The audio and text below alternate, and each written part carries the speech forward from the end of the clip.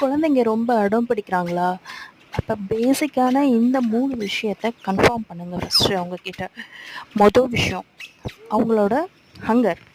கடைசியா எப்ப சாப்பிட்டாங்க? எவ்வளோ சாப்பிட்டாங்க? அவங்களுக்கு புடிச்ச மாதிரி ஃபுட்டோ, ஸ்நாக்ஸோ 3 to 4 ஹவர்ஸ் ஒன்ஸ் கண்டிப்பா நீங்க குடுக்கணும். அண்ட் செகண்ட் ஒன், அவங்களோட நேப் டைம்.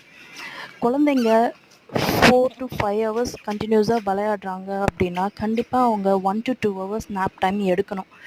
ஸோ, அதனால அவங்களோட மைண்ட் பீஸ்ஃபுல்லா இருக்கும். அண்ட் தேர்ட் ஒன், அவங்களோட ட்ரெஸ்ஸிங். அவங்களுக்கு கம்ஃபர்டபுளான ட்ரெஸ் போட்டிருக்காங்களா?